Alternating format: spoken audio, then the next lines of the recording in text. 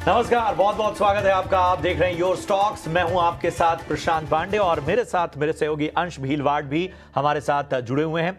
हम दोनों अगले 1 घंटे आपके तमाम सवालों के जवाब एक्सपर्ट के नजरिए से देने की कोशिश करेंगे और आपके सवालों को शामिल करेंगे। लेकिन आज दिन बेहद खास है। क्यों खास है? क्योंकि आज है टीचर्स डे, यानी शिक्षक दिवस। जी हां, हम सभी के जीवन में अलग अलग पड़ाव पर गुरुओं का विशेष महत्व रहा है और खुद जिंदगी भी अपने आप में एक ऐसी गुरु है जो हमें वक्त वक्त पर अपने तरीके से सिखाती है। शेयर बाजार भी सीखने की एक दुनिया, जिसमें लगातार ईटी नाउ स्वदेश आपका मार्गदर्शक, आपका दोस्त, आपका गाइड बनकर आपको बेहतर तरीके से आगे बढ़ने में मदद करता है। और जाहिर सी बात है, शिक्षक दिवस है, हम सबकी अपनी अपनी यादें हैं।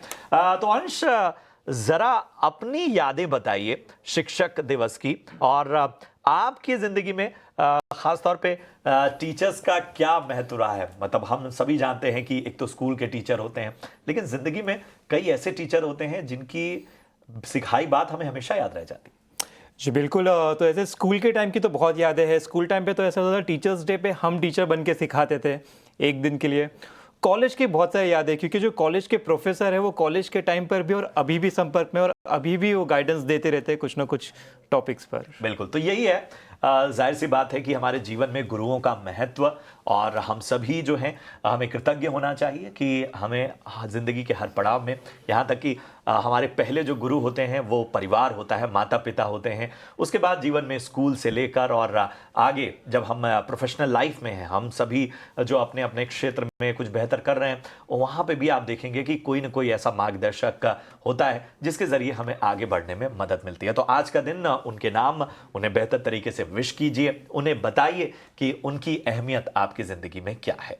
चलिए, अब शो के तमाम पहलुओं को जरा आपके सामने रखते हैं। तो यो स्टॉक्स में अपने सवाल भेजने का तरीका आप जानते हैं कि किस तरह से नंबर्स के जरिए, सोशल मीडिया के जरिए आप अपना सवाल हम तक पहुंचा सकते हैं। यही नहीं, आप यूट्यूब पर लाइव कमेंट करके भी हम तक अपना सवाल पहुंचा सकते हैं। अपने शहर का नाम, किस स्टॉक पे सवाल है, कितना भाव पे आपने लिया है, नजरिया क्या है, ये सभी आपको बताना होगा, तो ही हम आपके सवालों को शामिल कर पाएंगे। और इन सब के बीच में हमारे साथ आज बेहद खास मेहमान जुड़ रहे हैं। मैं परिचय करा दूं, हमारे साथ आज एंजल वन से राजेश भोसले साहब जुड़ रहे हैं। राजेश जी, बहुत बहुत स्वागत आपका, और टीचर्स डे की ढेर सारी शुभकामनाएं। और हमारे साथ यस सिक्योरिटीज के लक्ष्मीकांत शुक्ला जी भी जुड़ चुके हैं। लक्ष्मीकांत जी, आपका भी बहुत बहुत स्वागत, टीचर्स डे की शुभकामनाएं। चलिए जरा बाजार को देख लेते हैं। तो बाजार में जो अनुमान लगाया जा रहा था, वो बाजार ने शुरुआती दौर में संकेत दिए। लग रहा था कि यहां से जो है एटलीस्ट बैंक निफ्टी और आगे जाएगा, लेकिन अब आप देखिए, अच्छी शुरुआत के बावजूद ऊपरी स्तरों से बाजार फिसलता हुआ नजर आ रहा है। निफ्टी को अगर हम देखें तो इस वक्त आप देखिए 25,200 के पास जो है वो कल की जो क्लोजिंग थी उससे भी नीचे फिलहाल आता हुआ। अगर हम बात करें बैंक निफ्टी की तो 51,400 के पास कारोबार करता हुआ। आज निफ्टी 50 गेनर्स की सूची में टाइटन ने अपनी जगह बनाई है, 2.25% ऊपर टाइटन। एलटीआई माइंड ट्री देखिए, लगभग 1.25% से ज्यादा की तेजी यहां पर नजर आ रही है। अपोलो हॉस्पिटल लगभग 1% के आसपास यहां पर तेजी हम देख पा रहे हैं। श्रीराम फिनांस, जेएसडब्ल्यू स्टील जैसे स्टॉक हैं जो कि आज निफ्टी 50 गेनर्स की लिस्ट में शामिल हो रहे हैं। Nestle, Bharti Airtel, Britannia, Maruti Suzuki, MNM जैसे शेयर हैं जो कि इस वक्त दबाव इन पर बना है, निफ्टी 50 लूजर्स की श्रेणी में है। एडवांस डिक्लाइन रेशियो कह रहा है कि स्टॉक स्पेसिफिक एक्शन भरपूर है। 1606 ऐसे शेयर हैं जो इस वक्त हरे निशान में कारोबार कर रहे हैं, और 832 शेयर मात्र ऐसे हैं जो कि इस वक्त लाल निशान पे, यानी इन पर दबाव नजर आ रहा है। चलिए राजेश जी, सबसे पहले मैं आपके पास आना चाहूंगा। एटलीस्ट कल के जो संकेत थे उससे ये लग रहा था कि शायद निफ्टी तो नहीं, लेकिन बैंक निफ्टी में हम शायद एक बेहतर और उछाल देख सकते हैं। लेकिन आज अभी बाजार दोनों ही इंडेक्स पर ऊपरी स्तरों से हल्का होता हुआ, बताइए क्या रणनीति रखनी चाहिए? नमस्कार प्रशांत जी, और टीचर्स डे पे मेरे जितने भी टीचर्स हैं उनको मेरी शुभकामनाएं। निफ्टी और बैंक निफ्टी के बारे में बात करें तो दोनों भी है एक सीमित दायरे में ट्रेड कर रहा है। निफ्टी के अगर स्पेशली बात करें तो 25,000 और 25,300 के रेंज में निफ्टी ट्रेड कर रहा है। हम अगर देखें तो 30 अगस्त को एक बुलिश गैप बना था, कल के सत्र में एक बेरिश गैप बना था एंड आज के सत्र में बुलिश गैप बना था, जो हालांकि फिल हुआ है बट कंटिन्यूस इस रेंज में गैप्स बन रहे हैं। तो जब एक ही रेंज में गैप्स बनते हैं तो ये इंडिकेट करता है कि एक कॉमन एरिया बन गया है। तो हम एक्सपेक्ट करें निफ्टी जो है 25,000 और 25,300 के रेंज में ट्रेड करेगा। बाय ऑन डिप्स की रणनीति रखे और हायर लेवल्स पे 25,300 25,350 के आसपास प्रॉफिट बुक करते रहिए। अगर आप ब्रॉडर मार्केट देखें तो ब्रॉडर मार्केट में स्ट्रेंथ दिख रहा है, काफी अच्छे स्टॉक्स में रुझान देखने को मिल रहा है, तो stock specific thematic move definitely continue कर सकते हैं। बैंक निफ्टी के बारे में बात करें तो बैंक निफ्टी भी एक सीमित दायरे में ट्रेड कर रहा है। जब तक 51,800 52,000 के ऊपर एक सस्टेन ब्रेकआउट नहीं आता तब तक ये थोड़ा सा अंडर परफॉर्मिंग ही रहेगा और कोई मेजर मूव नहीं मिलेगा। तो फिलहाल निफ्टी में एक बाय ऑन डिप और हायर लेवल्स पे बुक करते रहिए। बैंक निफ्टी में जब तक ब्रेकआउट नहीं आता तब तक बैंक निफ्टी में वेट करिए। डिटेल एनालिसिस राजेश जी के तरफ से। तो चलिए इसी के साथ हमें पहले दर्शक के साथ जुड़ जाते हैं। हमारे साथ राहुल पांडे जी जुड़ चुके हैं। राहुल जी गुड मॉर्निंग, बताइए। सर गुड मॉर्निंग एंड नमस्कार। जी बताइए। मेरे पास 5500 शेयर हैं JSW इंफ्रा के जी और मैंने ये तो 27 के रेट पे लिए थे जी विद दिस स्टॉक या कर जाऊं कि मेरा थोड़ा शॉर्ट टर्म। जी जी बिल्कुल। लक्ष्मीकांत जी मैं आपके पास आना चाहूँगा इसके लिए। राहुल जी की खरीदारी JSW इंफ्रा पर है, 5,500 शेयर होल्ड कर रहे 327 के भाव से। वहाँ से देखें तो स्टॉक थोड़ा सा नीचे आता हुआ तो नज़र आ रहा है कुछ 5% का, लेकिन ये जो जहाँ पर आया है अभी 310 का, कई सेशन से हम देख रहे हैं कि यहाँ से थोड़ा थोड़ा एक बाउंस देता हुआ भी नज़र आया है। तो क्या लगता है यहाँ पर वापस बाउंस दे सकता है? साथ ही साथ एक स्टॉप लॉस भी बता दीजिए। एक रिसेंटली एक हाई लगाया था 337 के आसपास, वहां से ये लोअर टॉप लोअर बॉटम के अंतर्गत ट्रेड कर रहा है और पिछले कुछ दिनों से स्टॉक में नरमी बनी हुई है। अभी अपने क्रूशियल सपोर्ट पे आ गया है जो कि 309 के आसपास है। तो अगर उसके नीचे अगर ये फिसलता है तो हमें और करेक्शन देखने को मिल सकता है, जो कि इस स्टॉक को 288 तक भी पुश कर सकता है। तो मुझे एक अपर साइड की ओर जब तक ये स्टॉक 326 से लेकर 330 जोन के नीचे ट्रेड करेगा तब तक इसमें सेलिंग प्रेशर ही बनता हुआ नजर आ रहा है। तो मुझे लगता है कि 309 का ये स्टॉप लॉस इनको रखना चाहिए। अगर उसके नीचे अगर ये क्लोज हो जाता है तो इनको पोजीशन एग्जिट कर देनी चाहिए। तो ये है सलाह JSW इंफ्रा पर आपके लिए। अगला सवाल ले लेते हैं और ये अशोक खेतान जी हमारे साथ जुड़े हैं गुवाहाटी से। अशोक जी नमस्कार, सवाल पूछिए अपना। हाँ नमस्ते जी। जी मैं इरेडा लिया था जी नमस्ते। 262 करके। हेलो जी जी 50 शेयर तो जी जी अभी नुकसान हो रहा है आपको, और कितना समय दे सकते हैं आप? हाँ जी कितना समय रुक सकते हैं आप अशोक जी स्टॉक में? रोक सकते हैं, आराम से रोक सकते हैं, 1 साल भी रोक सकते हैं। हेलो अच्छा राजेश जी आप सलाह दीजिए इन्हें। इरेडा इन्होंने लिया हुआ है 262 पर, हल्का नुकसान हो रहा है लेकिन लॉन्ग टर्म के लिए रुक सकते हैं। 1 साल कुछ का समय भी दे सकते हैं स्टॉक को। आपकी क्या सलाह होगी? देखिए जुलाई में जब रैली स्टार्ट हुई थी स्टॉक में 180 लेवल से जाके 310 320 के लेवल्स आए थे, जिसमें काफी अच्छे वॉल्यूम्स थे। एंड अभी लास्ट 1 मंथ से जब प्राइस करेक्ट हो रहा है तो काफी लो वॉल्यूम है, तो अभी भी जो स्ट्रक्चर है पॉजिटिव है, स्टॉक में बने रह सकते हैं। स्टॉक के लिए की सपोर्ट है अराउंड 220 के आसपास, जो एक इसका 89 EM है, तो वहां पे आता है तो इनफैक्ट वहां पे थोड़ा सा एवरेज भी कर सकते हैं। स्टॉक में जब पॉजिटिव मोमेंटम ट्रिगर होगा तो वापस जो है 260 270 के अपसाइड जो है एक्सपेक्ट कर सकते हैं। तो डेफिनेटली बने रहिए। रिसेंट में थोड़ा सा प्राइस करेक्शन है बट ओवरऑल ट्रेंड अभी भी पॉजिटिव है।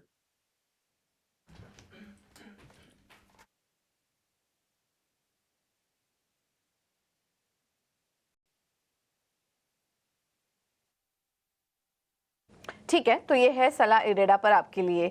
चलिए एक कॉलर को जोड़ते हैं हमारे साथ। सुमन दास हैं कोलकाता से। सुमन जी गुड मॉर्निंग, बताइए कोलकाता का मौसम इस वक्त कैसा है? हाँ सर अच्छा है। ठीक है, peoples are protesting day by day. ठीक है, ओह। यहाँ पर सिचुएशन भी बहुत हाँ, वो तो हम सभी हाँ। देख रहे हैं, लेकिन प्लीज़ ख्याल रखिए। सिटी ऑफ जॉय कहा जाता है, लेकिन हाँ आजकल सर। सिटी ऑफ टेंशन हो गया है। हाँ, लेकिन हाँ। हम उम्मीद यही करेंगे कि जल्द से जल्द बेहतर हो स्थिति। हमें बताइए किस तरह मदद की जाए आपकी? एक्चुअली सर मैं छोटा मोटा जॉब करता हूँ, एज ए बिगिनर मैं स्विंग ट्रेडिंग करता हूँ। मैं टाटा स्टील खरीदा था, 50-60 शेयर खरीदा है 151 में, बट वो अभी माइनस में घूम रहा है। क्या करे इसके बारे में? I don't have any idea. Okay, so that's why I call you. ठीक है, ठीक है। चलिए, बहुत ज़्यादा नुकसान तो नहीं है। आपने क्वालिटी स्टॉक पिक किया हुआ। लक्ष्मीकांत जी, मैं आपके पास आना चाहूँगा। टाटा स्टील पे ज़रा नज़रिया बताइए। 150-51 के आसपास इन्होंने ख़रीदा हुआ है और थोड़ा सा ये इसमें चिंतित हैं। क्या करना चाहिए? नो डाउट इसमें थोड़ी सी नरमी तो बनी हुई है, और अभी कुछ दिनों पहले ये 200 डीएमए के नीचे भी आ गया था। बट कुछ पिछले, अगर हम 2 दिनों का मूव देखें तो यहाँ से एक करंट लेवल्स पे एक स्टेबिलिटी बनती हुई दिखाई दे रही है 147 से लेकर 149 के जोन पर। बट एक डिसाइसिव थ्रू आना जरूरी है 155 के ऊपर। एक बार टाटा स्टील 155 के स्तर के ऊपर ट्रेड करना स्टार्ट करता है तो वहां से ये अपना अपसाइड जो मूवमेंट है वो रिज्यूम कर सकता है, और फिर वहां से हमें 155 अगर वो निकालता है तो देन 165 के लेवल्स ऊपर की ओर दिखाई दे रहे हैं। तो निचले स्तर पे मुझे लगता है कि इसको 145 होल्ड रखना चाहिए, और जब तक ये होल्ड रखता है 145 के लेवल्स को, तब तक हम 155 के ब्रेकआउट का एक्सपेक्टेशन कर सकते हैं। ठीक है, लेकिन इस बीच बाजार पर नज़र डालें तो कमज़ोरी बढ़ी है। निफ्टी ने अब दिन के निचले स्तर पर कारोबार कर रहा है। एक गिरावट आई है यहाँ पर निफ्टी में, अब लाल निशान में फिसल चुका है और बैंक निफ्टी भी लाल निशान में आने की तैयारी में है। वहाँ पर भी थोड़ी यहाँ गिरावट बढ़ते हुए नज़र आ रही है। तो ये है इस वक्त का अपडेट बाजार का। थोड़ा रिकवरी करने की कोशिश, सपोर्ट लेवल्स को होल्ड कर रहा है, लेकिन एक गिरावट यहाँ पर इस वक्त देखने को मिल रही है। लेकिन ऐसे में ऑप्शन की रणनीति क्या अपनाएं, ये समझ लेते हैं और रुक करते हैं हमारे अगले सेगमेंट का, ऑप्शन के चैंपियन।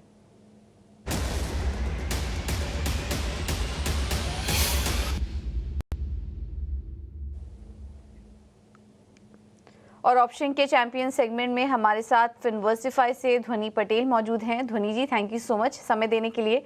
बताइए क्या रणनीति होगी आपकी तरफ से? गुड मॉर्निंग पूजा। और सबसे पहले अपडेट देना चाहेंगे कि ट्यूसडे को हमने लॉरस लैब का कॉल ऑप्शन सजेस्ट करा था और वहां का हमारा टारगेट अचीव हो चुका है। करीब 13,600 का मुनाफा यहाँ पे देखने को मिला होगा। और आज का हमारा ऑप्शन का जो ट्रेड रहेगा वो रहेगा मदरसन के अंदर। कंडीशनल कॉल रहेगी। यहाँ पे स्टॉक का पॉजिटिव मोमेंटम देखने को मिल रहा है। ब्रेकआउट देखने को मिलेगा जैसे ही हमें 195, 196 के रेट्स के ऊपर प्राइस सस्टेन होता हुआ दिख रहा है। तो वहाँ पे आप 195 की जो कॉल ऑप्शन है उसको खरीद के चलना है। खरीदने का भाव 6 रुपए 80 पैसे का रहेगा। इसके ऊपर ट्रिगर बनता है इसके अंदर। तो 6 रुपए 80 पैसे पे आप मदरसन की कॉल ऑप्शन 195 की खरीदें। 8 रुपए 80 पैसे का टारगेट और 5 रुपए 80 पैसे का स्टॉप लॉस लगाए। लॉट साइज इसका बड़ा है, 7,000 का लॉट साइज है। तो आपका अधिकतम मुनाफा टारगेट अचीव होने पे 14,200 तक का और नुकसान 7,100 तक का हो सकता है। ओके, तो ये है इस स्टॉक पर रणनीति। संवर्धना मदरसन 194 के पास कारोबार कर रहा है। अधिकतम मुनाफा इस स्ट्रैटेजी के जरिए 14,200 का हो सकता है, नुकसान 7,100 का हो सकता है। इस बात का भी ध्यान रखिए। लॉरस लैब्स एक बार आपको दिखा देते हैं। काफ़ी शानदार तेज़ी आज देखने को मिली है। सुबह इनफैक्ट एंजल 1 की रिकमेंडेशन भी थी, अभी मैं देख रही थी लॉरस लैब्स में, और 4% ये स्टॉक इस वक्त ऊपर नज़र आ रहा है। और ध्वनि ने कल इस पर रणनीति भी सुझाई थी, तो वो भी एक अपडेट आपके लिए लॉरस लैब्स पर। अब आगे बढ़ते हैं और कुछ और भी सवालों को शामिल करेंगे। हमारे साथ हमारे पास व्हाट्सएप पर सवाल आया है यासिन मंसूरी जी का। इनके पास है BEL 1118 शेयर्स हैं इनके पास। 299 रुपए पर इन्होंने BEL का स्टॉक लिया हुआ है। चलिए इस पर राय दिलवा देते हैं। राजेश जी, क्या सलाह होगी आपकी? नुकसान का हो रहा है इनको क्योंकि शेयरों की संख्या ज़्यादा है। हालांकि अगर प्राइस वाइज देखेंगे तो ज़्यादा कुछ एक्शन नहीं है, इनकी खरीद के पास ही स्टॉक कारोबार कर रहा है। लेकिन BEL के चार्ट्स कैसे लग रहे हैं आपको? देखिए बीएल एक रेंज में ट्रेड कर रहा था लास्ट कुछ हफ्तों से, बट आज एक रेंज ब्रेकडाउन आते हुए दिख रहा है। तो आने वाले सत्र में भी थोड़ा सा वीकनेस आ सकता है बीएल में, जहाँ पे जो इसका 89 ईएमए है अराउंड 280 के आसपास, तो वो रिटेस्ट करते हुए देख सकते हैं। शॉर्टर टाइम के हिसाब से देखें तो डेफिनेटली वीक लग रहा है। हाई टाइम फ्रेम के हिसाब से देखें तो 280 के आसपास सपोर्ट है। अगर लंबे अवधि के हिसाब से अगर होल्ड करना चाहते हैं तो 280 के नीचे का स्टॉप लॉस रख सकते हैं, नहीं तो शॉर्ट टर्म के हिसाब से एग्जिट कर सकते हैं। बिल्कुल, ये है एम लेवल्स बीईएल पे। इसी के साथ अगले दर्शक के साथ जुड़ जाते हैं। तो हमारे साथ गुजरात से अभय कुमार जी जुड़ चुके हैं। अभय जी नमस्कार, बताइए। जी नमस्कार। बताइए अभय जी। अच्छा, मैंने 1500 शेयर्स 1500 शेयर्स लिए हुए हैं जियो फाइनेंस के जी 302 के भाव से जी। और लॉन्ग टर्म है, मैंने लंबे समय के लिए रखा है इसको। बिल्कुल के लिए जी, इसमें क्या आगे क्या मतलब ये है आउटलुक? जी बिल्कुल बताते हैं। तो लक्ष्मीकांत जी, मैं आपके पास आना चाहूँगा। अभय जी की खरीदारी जियो फाइनेंशियल पे है, 300 शेयर होल्ड कर रहे हैं 1500 के भाव से। वहाँ से देखें तो स्टॉक 15-16% ऊपर तो आ चुका है, लेकिन पिछले हम कई समय से देख रहे हैं थोड़ा सा एक वॉल्टिलिटी इसमें काफ़ी नज़र आ रही है। अगर हम अप्रैल में देखें तो अप्रैल हाई से थोड़ा सा नीचे आता हुआ तो नज़र आ रहा है। यहाँ पर टेक्निकली आपकी क्या राय बन रही है? लॉन्ग टर्म तक ये होल्ड कर सकते हैं स्टॉक को? कि अगर हम इसके डेली और वीकली के चार्ट्स पे नजर डालते हैं तो डेली के चार्ट्स पे इसने डबल बॉटम का ब्रेकआउट दिया हुआ है और वीकली के चार्ट्स पे भी अच्छा खासा bullish belt hold candlestick pattern दिखाई दे रहा है। और आने वाले समय में एक डिसेंडिंग ट्रेंड लाइन का ब्रेकआउट हम एक्सपेक्ट कर सकते हैं 355 360 की जोन के ऊपर। और वहां से अगर हमें एक वीकली क्लोज मिलता है 360 के ऊपर तो फिर हमें अच्छा खासा अपसाइड मोमेंटम देखने को मिलेगा यहाँ पर। और फिर यहाँ से स्टॉक 400 के लेवल्स तक जा सकता है। सो ओवरऑल सेंटीमेंट बुलिश नजर आ रहा है और मुझे लगता है कि अगर इन्होंने लॉन्ग टर्म के लिए लेकर रखा हुआ है तो इसमें इस स्टॉक में बने रहना चाहिए। और एक स्टॉप लॉस मैं सजेस्ट करना चाहूंगा। मुझे लगता है कि जब तक ये स्टॉक 330 के ऊपर सस्टेन करता है तब तक इस स्टॉक में पूरा दम है कि ये 400 के लेवल्स को भी टच करेगा आने वाले समय में। तो इसमें होल्ड रखने की सलाह रहेगी। तो होल्ड करने की सलाह आपको जियो फाइनेंस पे आती हुई लक्ष्मीकांत जी की तरफ से। अगला सवाल हम लेते हैं, व्हाट्सएप पर आया है संजय कुमार झा जी का, पटना बिहार से। संजय जी जानना चाहते हैं कोचिन शिपयार्ड पर एक राय। इन्होंने 30 शेयर लिए हुए हैं, 2770 के भाव पे इन्होंने कोचिन शिपयार्ड में एंट्री की हुई है। और हम देख रहे हैं कि पिछले कुछ दिनों से ये जो लेवल है 2700, 2500, 2600 वाला लेवल, इसमें कई सारे निवेशक फंसे हुए हैं।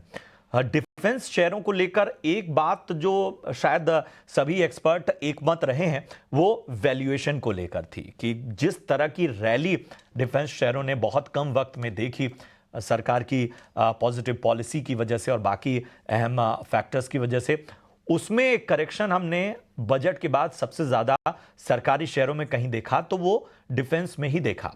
इसको बूस्टर मिला परसों वाली खबर से, जब डीएसी में 1,45,000 करोड़ की जो है वो ऐलान किए गए कई प्रस्तावों के, और इसके साथ ही कई अहम सेक्टर्स में जो है इन्वेस्टमेंट की बात, रक्षा उपकरणों की खरीद की बात सामने आई। उसके बाद उस खबर का इंपैक्ट हमें स्टॉक्स में देखने को मिला। लेकिन एक बार फिर से हम देख रहे हैं एक नरमी जो है वो नजर आ रही है। कोचिन शिपयार्ड आमतौर पे अगर इस स्तर पे देखें राजेश जी, 2770 का भाव काफी ऊपरी स्तरों पर है, 1926 के भाव पे फिलहाल चल रहा है। क्या रणनीति अपनानी होगी? देखिए कोचिन शिपयार्ड काफी अच्छा रैली किया है नियर टर्म में, बट लास्ट 1 मंथ में करेक्शन हुआ है।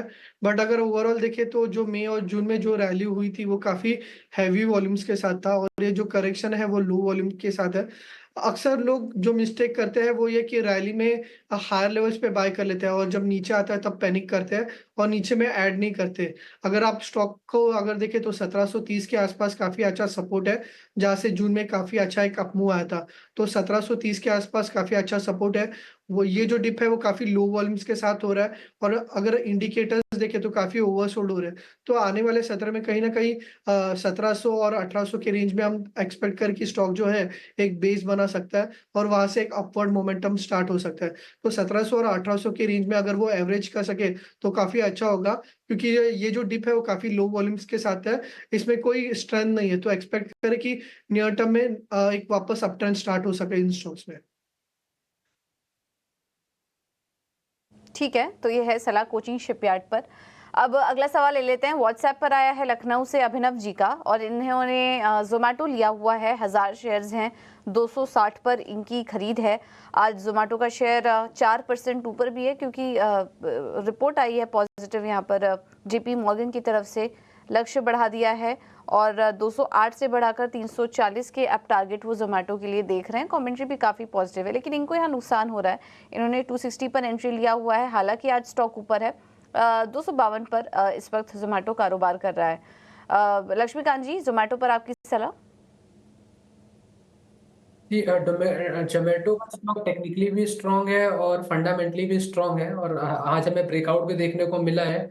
हल्की सी बिकवाली ऊपर की तरफ से आती हुई दिख रही है, बट ओवरऑल स्ट्रेंथ अभी भी दिखाई दे रहा है जोमेटो में। तो मुझे लगता है कि 235 के साथ इसको होल्ड रखने की सलाह रहेगी।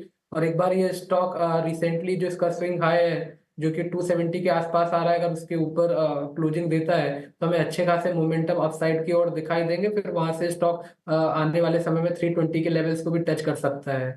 सो इसमें इनको बने रहने की सलाह रहेगी विद स्टॉप लॉस ऑफ 235। 235 का स्टॉप लॉस मेंटेन करिए। 320 के टारगेट अभी लक्ष्मीकांत जी सजेस्ट कर रहे थे, और जेपी मॉर्गन ने भी जो लक्ष्य दिया है, जैसा कि हम थोड़ी देर पहले आपसे बात भी कर रहे थे, 340 के टारगेट वो देख रहे हैं स्टॉक पर। तो बिल्कुल स्टॉक को होल्ड करिए, जिनके पास है स्टॉप लॉसेस का ध्यान यहाँ पर रखिए। एक छोटे से ब्रेक